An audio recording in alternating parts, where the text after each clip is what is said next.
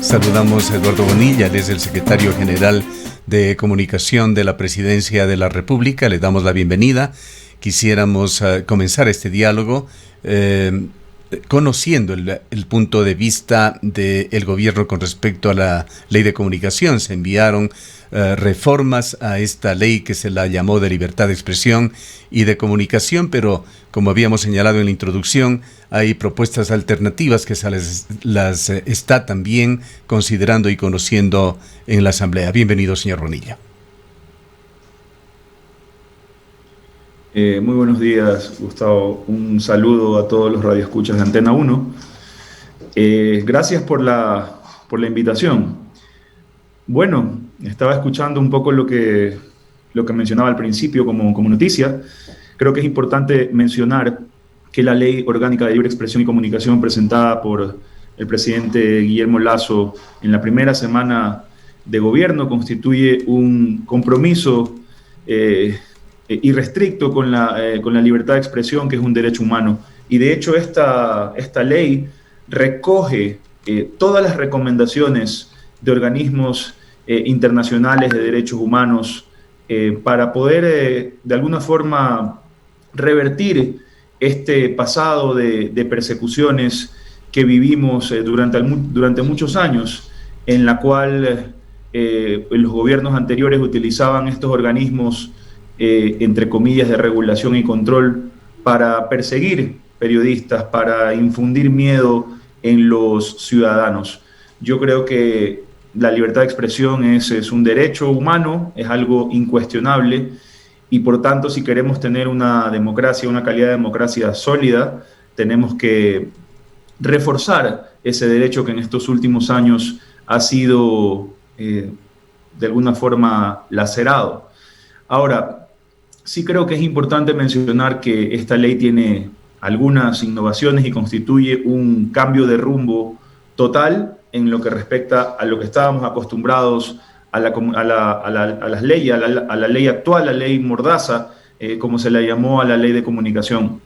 Y básicamente esta ley busca garantizar la libertad de expresión desde la promoción, desde la responsabilidad, desde el involucramiento de la sociedad en el sistema de comunicación, a diferencia de la ley actual, que busca garantizar la libertad de expresión a través de la regulación y del control. Un eje transversal en el proyecto del gobierno, entendemos, era la disminución de las regulaciones. Incluso se le entendía como un proyecto que hacía un llamado a los medios de comunicación a una autorregulación. Esto levantó, por supuesto, críticas en el país, desde críticas extremas de aquellos que estuvieron contentos con el tratamiento que se dio a los medios de comunicación durante el correísmo, pero otras también un poco más centradas, diríamos, que ponían en duda la capacidad de los medios ecuatorianos de autorregularse. Justamente allí vino un escándalo en un canal público, en TC Televisión, con lo que hicieron periodistas de La Posta y que abrieron este debate. ¿Qué es lo que dice el proyecto del gobierno? ¿Qué propone en esencia en cuanto a la regulación de del trabajo periodístico, de la divulgación de información y noticias en los medios de comunicación del país, en ese aspecto fundamental que es la responsabilidad? Bueno, en ese sentido, la autorregulación implica precisamente que sean los ciudadanos, conjuntamente con los medios de comunicación y todos los involucrados en un sistema nacional de comunicación, que participen y alcen su voz y asuman la responsabilidad de lo que se dice en los medios de comunicación. Recordemos que la libertad es la contracara de la responsabilidad. No se puede hablar de libertad sin responsabilidad. Y obviamente la idea de que los ciudadanos puedan alzar su voz, de que los medios de comunicación puedan apelar a sus códigos de ética, a sus códigos deontológicos, a la ética de la misma profesión, para de alguna forma autorregularse. Y obviamente los ciudadanos tienen todos los mecanismos del Estado de Derecho, reclamaciones vía civil para poder reclamar en caso de que se sientan afectados. Creo que este sistema de alguna forma devuelve la responsabilidad a los ciudadanos de decidir lo que es veraz, lo que es objetivo, lo que debe ser informado de forma oportuna, y dejemos ese pasado donde estamos acostumbrados a pedirle al papá Estado que nos diga cuál es la verdad, qué es lo veraz, qué es lo oportuno. Y eso ya lo vivimos y se convirtió en un sistema de persecución. Darle la potestad a un gobierno, no a cualquiera, a cualquier gobierno, darle la potestad de poder controlar lo que se dice o lo que se considera veraz o lo que se considera objetivo, es muy peligroso para la democracia y constituye una tentación perenne para que venga cualquier gobierno y pueda volver a cometer las persecuciones o los actos que se dieron en gobiernos anteriores. Yo creo que este sistema de autorregulación, que tiene 3 componentes, y lo explico, la gente piensa que la autorregulación es simplemente libertinaje, y eso es un error. La libertad tiene una contraparte de la responsabilidad. Uno es libre de decir lo que quiera o de hacer lo que quiera, pero obviamente su libertad comienza donde terminan la de los demás, y obviamente en este sentido los ciudadanos tenemos que entender que nosotros tenemos que volvernos responsables de lo que sucede con lo que decimos o con lo que hacemos. Y en este sistema de autorregulación existen 3 componentes fundamentales. El primero es que los medios de comunicación se autorregulan apelando a sus códigos de ética y códigos deontológicos. Usted mencionó justamente un caso que sucedió en un medio privado incautado hace algunas semanas, y precisamente ahí funcionó un sistema en donde los ciudadanos levantaron su voz, no solo en redes sociales, sino a través de medios de comunicación, y el canal decidió apelar a su código de ética y los periodistas decidieron hacerse un lado, ya que ese código de ética no se apegaba a la forma en que ellos presentaban las noticias. Ahí tiene usted un ejemplo de cómo un canal y de cómo una sociedad participa en un modelo de autorregulación. El segundo componente es el derecho a la réplica, que se mantiene en la ley, también observado por las recomendaciones de organismos internacionales sobre derechos humanos. Es decir, si usted siente que necesita también dar su opinión en un espacio en el que algún periodista se ha manifestado, usted tiene derecho a pedir el mismo espacio para poder dar su opinión. Lo que no puede hacer es pedir a otra persona que cambie de opinión, es decir, que rectifique. Una cosa es que usted me dé espacio para que yo dé mi opinión, y otra cosa es que yo lo obligue mediante ley a que usted cambie de opinión. Eso ya lo vivimos, y teníamos una autoridad de control que prácticamente le daba las noticias escritas para que sean publicadas de forma obligatoria al día siguiente por el medio, de acuerdo a los intereses del gobierno de turno. ¿Qué conoce usted? ¿Qué conoce, licenciado Bonilla, usted sobre lo que está proponiendo la bancada de Pachakutik, que lo ha entregado con una declaración de Dina Farinango, una asambleísta de Pachakutik, criticando indirectamente al proyecto del gobierno? Textualmente, lo habíamos señalado, ella dijo ayer que el proyecto de Pachakutik entierra el libertinaje que está proponiendo a través de un proyecto simple el gobierno nacional. No he tenido la oportunidad de leer el proyecto, sin embargo, solamente con el hecho de las declaraciones se ve que tampoco ha leído el proyecto del Ejecutivo, la asambleísta que usted menciona, porque obviamente en ningún momento se desconoce la responsabilidad de un sistema de comunicación en el cual hay responsabilidad ulterior. Existen muchos mecanismos para que los ciudadanos puedan reclamar, mecanismos civiles de reclamación, porque una innovación importante es que la calumnia ya no va a ser considerada un delito penal, sino un delito civil. Y eso implica pues que nadie se va a ir preso por dar una opinión. Mire, la libertad en general, no solo la libertad de expresión, es temida por muchas personas porque implica, como le digo, asumir responsabilidad. No necesitamos que en este caso, para ejercer nuestra libertad de expresión, exista un gobierno, existe una autoridad, existe un organismo de control que responde a los intereses de la política del gobierno de turno para que nos diga qué es la verdad o qué es lo que debemos consumir como información. Eso es muy peligroso, y eso ha llevado al Ecuador a juicios internacionales en donde periodistas obviamente han presentado las demandas y las observaciones, más allá de las indemnizaciones y las demandas. Las observaciones son precisamente que para poder garantizar un sistema de libertad de expresión tenemos que involucrar a la sociedad, tenemos que devolver la responsabilidad a los ciudadanos y no entregarle esa responsabilidad al papá Estado, que ya sabemos lo que hace cuando tiene la potestad de controlar y de regular. Y cuidado, también caemos en el hecho de que el otro reguló mal, entonces yo sí te voy a decir cuál es la verdad. Eso es un atentado contra la libertad de expresión y constituye un peligro permanente para que un gobierno pueda hacerse con estos organismos de control para perseguir. Licenciado Yo no sé Bonilla, exactamente de qué se trata el proyecto que van a presentar, pero en tal caso se puede presentar, no hay problema. Otro de los pilares para que se pueda ejercer un periodismo libre y adecuado en el mundo es el de la independencia de los medios de comunicación, que lo vimos también trastabillar en los últimos años.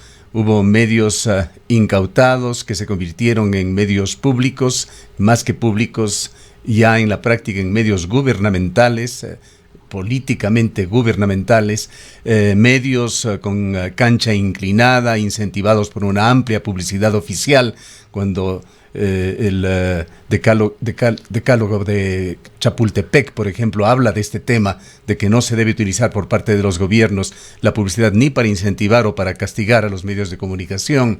Vimos otros medios acosados por ejercer la independencia y criticar con libertad a los gobiernos. ¿Qué es lo que aporta el proyecto del gobierno en este tema de independencia de los medios de comunicación? Bueno, este proyecto de ley está plagado de artículos que garantizan el ejercicio de la profesión de los comunicadores. Por ejemplo, está prohibida la censura previa, es decir, nadie le puede a usted revisar las noticias antes de que salgan. Eso constituiría pues un atentado a la libertad de expresión. Se va a garantizar la reserva de la fuente, es decir, que el periodismo de investigación va a tener libertad para poder investigar y no van a tener que revelar su fuente. Asimismo, pues se garantiza que los periodistas van a poder ejercer su libertad de expresión sin estar sujetos pues a una autoridad que les infunda miedo o los intente sancionar por emitir una opinión diferente. Se ratifica el derecho a la réplica, se elimina el, entre comillas, derecho a la rectificación, porque como le mencionaba previamente, no podemos obligar a alguien a cambiar de opinión, peor a través de la fuerza del Estado, y eso se convertía pues en un instrumento para que los gobiernos o el gobierno de turno diera literal escrita la noticia o el titular, y el medio estaba obligado a cumplirlo so pena de multas. Es decir, como lo mencionaba, la calumnia no va a ser considerada un delito penal, sino solamente un delito civil, y constituye pues también un mecanismo a través del cual los ciudadanos pueden defenderse de algo que consideran injusto. Lo que no puede pasar es que existe el peligro o la puerta abierta de que alguien diga una opinión contraria al gobierno y el gobierno decida meter presa a esta persona por dar su opinión. Antes de transitar a otro tema, licenciado Bonilla, quisiera también preguntarle si es que conoce sobre la propuesta de la Asociación Ecuatoriana de Radiodifusión.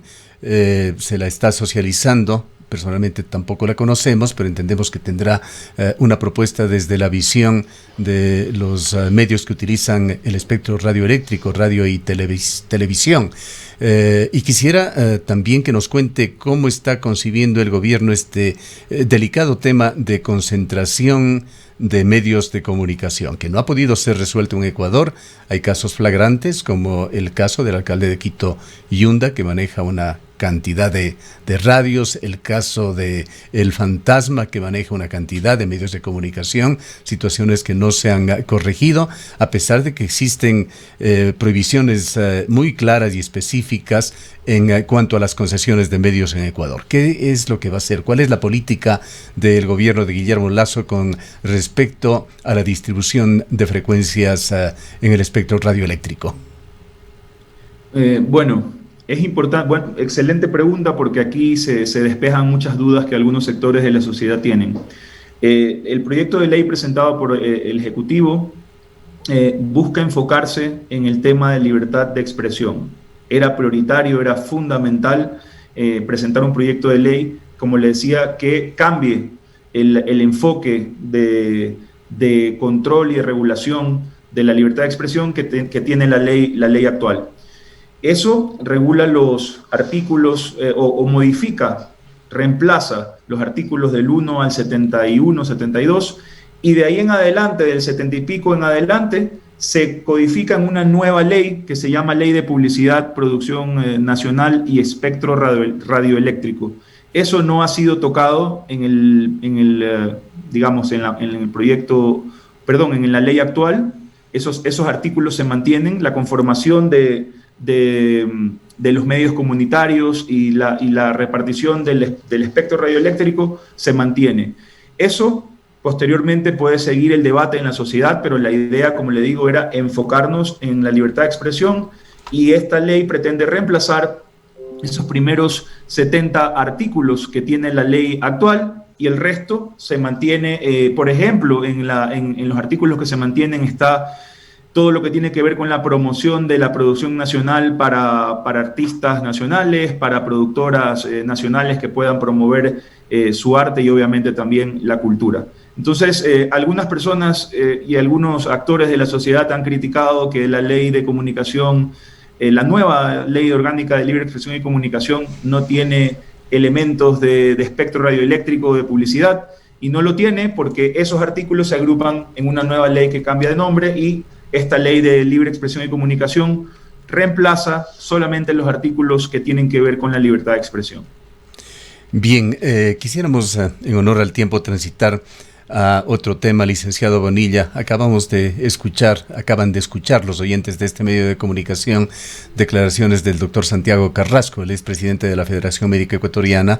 Tratábamos sobre el plan de vacunación 900, que dicho sea de paso, la próxima semana se cumplirán los 100 días de gobierno y los 100 días de este reto que autoimpuso el gobierno de Guillermo Lasso. En términos generales, hay un gran reconocimiento por el esfuerzo que se ha hecho en el tema de vacunación en el país, eso es indiscutible, pero la crítica del doctor Santiago Carrasco, crítica que la entendemos bien intencionada, se resume en un llamado que él ha hecho al gobierno de que dé un tratamiento menos político y más técnico al tema de la salud en general y en particular al de la vacunación. Él señala que hay problemas de una excesiva morbilidad en el país, de descuidos en otras áreas de la salud, mientras avanza ciertamente el plan de vacunación, pero también señala que se están inflando un tanto las cifras, que el éxito en cuanto a porcentaje de población vacunada no es tan real. Él señalaba que está en un 36, un 37%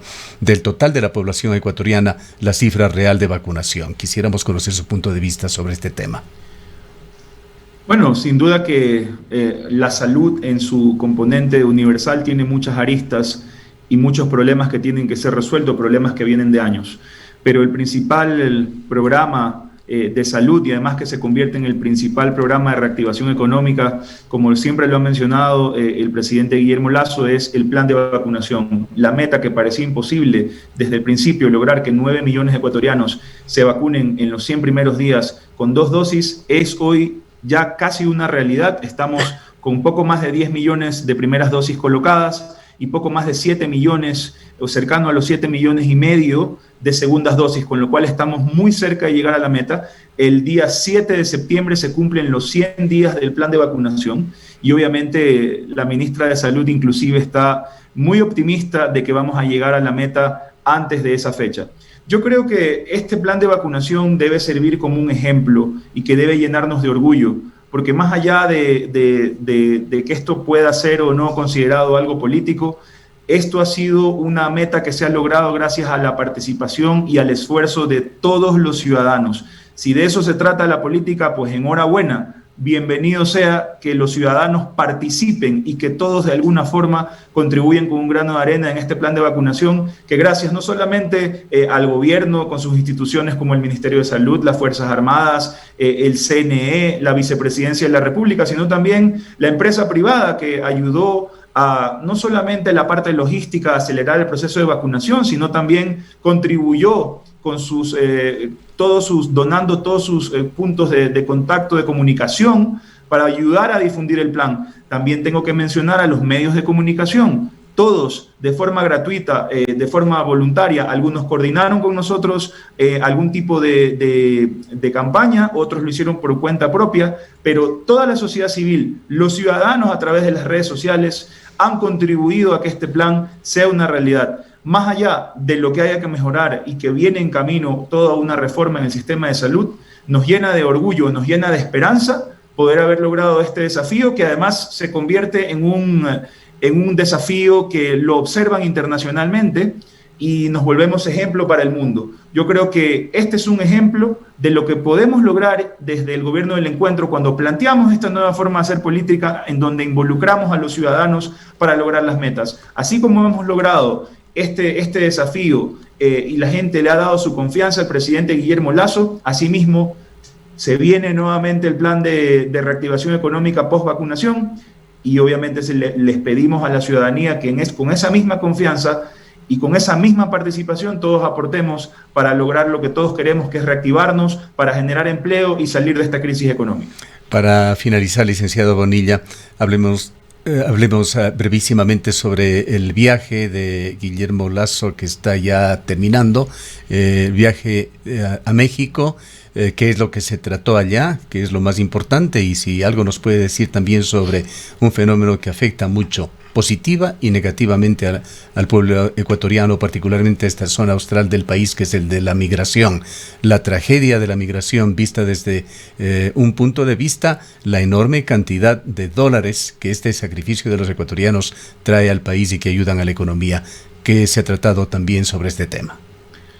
Creo que la visita a México ha sido un éxito y esta apertura que nos ha permitido acercarnos mucho más a esta realidad de firmar un acuerdo de libre comercio con México para poder acceder a la Alianza del Pacífico también se origina en lo que le mencionaba, en una serie de reformas que han dado una señal de confianza y de optimismo no solamente a nivel local, sino a nivel internacional. Y eso obviamente parte de la política del presidente Lasso de poner más Ecuador en el mundo y más mundo en el Ecuador.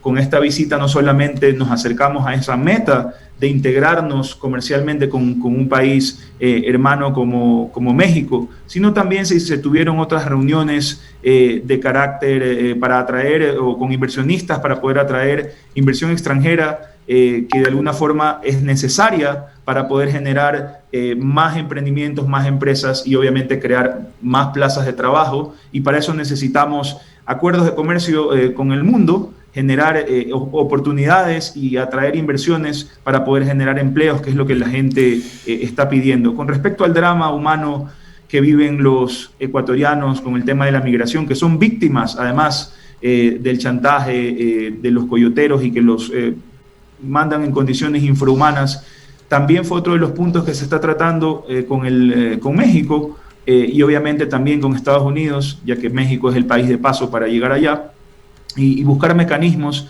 que permitan de alguna forma frenar este tráfico ilegal de personas, y creo que con eso, con el esfuerzo de ambas naciones, se va a caminar en ese sentido. Para finalizar, licenciado Bonilla, voy a cerrar con un pedido. Guillermo Lasso fue muy abierto cuando candidato con este medio de comunicación, estuvo en múltiples ocasiones. Aspiramos que no pase lo mismo que ha sucedido con presidentes del país que buscan mucho a los medios de comunicación cuando candidatos, y cuando llegan a la presidencia de la República se olvidan de que existen medios regionales que quieren también escucharle, que quieren también entrevistarle. Ojalá en algún momento podamos tener al señor presidente ya en calidad de tal como entrevistado nuestro, y usted está muy cerca de él, a que nos ayude con este propósito, pues quisiéramos hablar con él temas de interés genuino local. Gracias por habernos acompañado. Gracias a usted, y bueno, a propósito de los 100 días tendremos alguna gira de medios, algunas entrevistas de las que obviamente sería importante que usted también forme parte. Muchas gracias por la invitación, y aprovecho para recordar a los ciudadanos que se coloquen su segunda dosis y que además ingresen a pasaportevacunación.es para que accedan a descuentos, beneficios, promociones en más de 500 locales comerciales a nivel nacional. Colócate la segunda dosis, dile sí a la vacunación, sí a la vida. Muchísimas gracias por su presencia. Han escuchado al secretario general de Comunicación de la Presidencia de la República, el licenciado Eduardo Bonilla, quien tiene un máster en Economía y un máster en Acción Política y acompaña al Gobierno Nacional en la dirección de este delicado tema de la comunicación. Las 8:28. Cuenca, año 2050. Cuando la contaminación y la escasez de agua son problemas en todo el mundo, en Cuenca, Ecuador, todavía se vive tan bien como hace 30 años. Esto gracias a que los cuencanos tomaron decisiones correctas, como la construcción del proyecto hidroeléctrico Soldados Yanuncay, que ha generado 22 megavatios de energía limpia, reguló el caudal del río Yanuncay y garantizó el agua potable para Cuenca y agua de riego para San Joaquín y Baños. Aunque esto parezca ficción, es nuestro compromiso con Cuenca Bicentenaria, el Ecaustro. Juntos generamos agua y energía para la vida.